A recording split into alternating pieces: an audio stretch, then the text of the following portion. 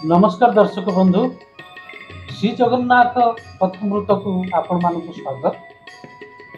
आम गहन उपस्थित अच्छा डॉक्टर नारायण महापात्र जी जड़े संस्कृति प्रेमी जगन्नाथ जड़े बड़ प्रशंसक तथा जड़े भक्त। आसतु मुहर शुणा श्री जगन्नाथ कथामृत धारावाहिक क्रमे आज धारावाहिक महाप्रभु अणसर लीला। सर नमस्कार। जय जगन्नाथ। सर महाप्रभु अणसर लीला संपर्क कौन कहे? आमर जो कार्यक्रम भक्त भगवान माने भक्त भगवान भितर जो प्रेम अच्छी से विषय को वर्णना करने को जाई आज आम से महाप्रभु अणसर लीला विषय आलोचना करुचे।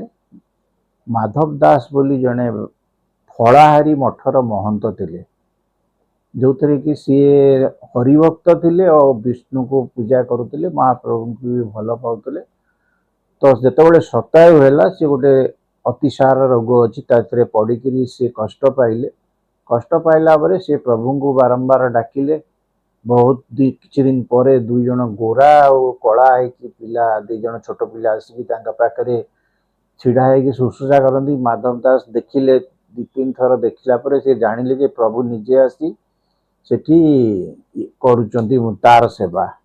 सेठू सी जानीपार कि सी सेठू प्रभु को पचारे प्रभु आउ छलना करतु ना मोर कष्ट दिन को दिन बढ़ी जाऊँगी आउ मत टे भल कर दिंतु ना मते स्वर्ग प्राप्ति संसार रु विदाय व्यवस्था करतु।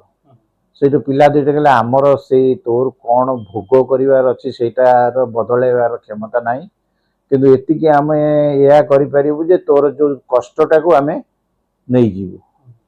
सेठू तार दिन आर दिन ठू सेठू धीरे धीरे माधव दासंकर देह भल आसला। भल आसला पर से पूरा जिते सुस्थ हेले से आसिक मंदिर रे पहुँचले। मंदिर बंद थिला से मंदिर बड़पंडा कहले बड़पंडा आम टे प्रभु को देखू ना ना ना प्रभु को ज्वर होती से 15 दिन गोटे रूम रे रहिबे आउ सी एबे भल असुस्थ अच्छा तेणु देखा दे पारे।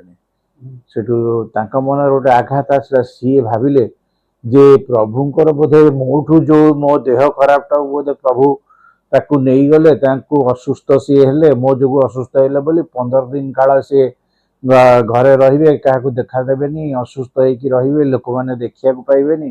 तेणु सी से कथा भाविकी से जगार बाहर पड़गले 15 दिन काल सी निजे असुस्थ होइकी तापर संसार रु विदाय नेले। यह एक लोक कथा हिसाब से भी ग्रहण करा जाय पारे। ता पर ठारू आमे देखि आसुचे महाप्रभु को अणसर लीला। स्नान यात्रा रे जो कथा अच्छी स्नान यात्रा 108 गरा प्रभु गाधेला पर ज्वर हुए एमती सामंजस्य रही। तेणु ये जो कथा गुड़िक निश्चिंत भाव जड़े भक्त भगवान संपर्क को बुझाऊँगी। तेणु भक्त को भगवान केमती भल पाती तारी वार्ता दवापाई आमर उद्देश्य श्री जगन्नाथ सौरभर संवार समस्त पाखे पहुँचाइबार आमर प्रचेष्टा। यह आशा करूँ आपण मानू निश्चित भाव भल लगे। धन्यवाद। जय जगन्नाथ।